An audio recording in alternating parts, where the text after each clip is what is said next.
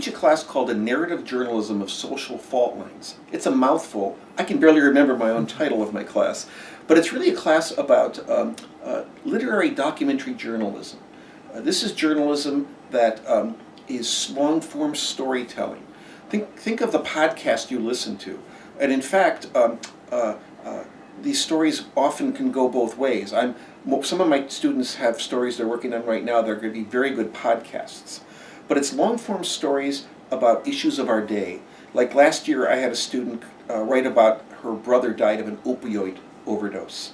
It's an amazing story, personal story for this woman, but I had to report it. I said, find someone who died. Her brother's from Los Angeles and was an upper-class person. I said, find a working-class person who died on the same day as your brother. And she found one, and she embedded with that family. And the story is powerful. Another student from that same class embedded with a bounty hunter here in New York and followed this bounty hunter around the city as he did his job. It was amazing. He was there when the doors were kicked in. Very much immediate, again, documentary journalism, narrative. The kind of people you read in the class are Ted Conover, who did the New Jack book about he became a prison guard at Sing Sing. And so students can't do anything that ambitious in a few-week course, a 7-week or a 15-week course. But a lot of them are doing stories about, like this year, let me think, who do I have? I've got a woman who was just in here in my office hours a little earlier. She's doing a story about older people in New York City becoming homeless.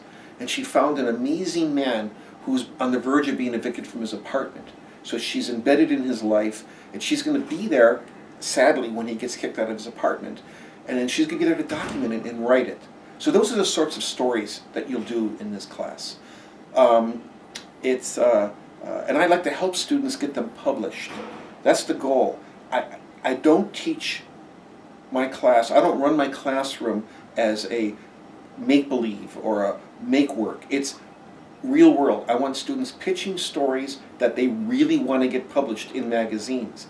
Oh, I had another great story. Julia Hart, about 4 years ago, did a story about these men from Turkey who were arrested after 9/11. All their money was taken. They were deported, treated very badly. They sued the government, and it went to the Supreme Court. Well, Mr. Turkman, her main character, was a taxi driver here. He wasn't a terrorist. And the group that was representing him, the Lawyers Committee for Human Rights, wouldn't let her talk to him. So she gets on a plane and on the break, on winter break, flies to Turkey, takes a bus 10 hours into the mountains, and finds Mr. Turkman. Harper's Magazine ran that story last year. So those are the kind of stories, real world stories, and I want to see you get published, not just do an academic exercise. So that's the kind of work you'll do in my class.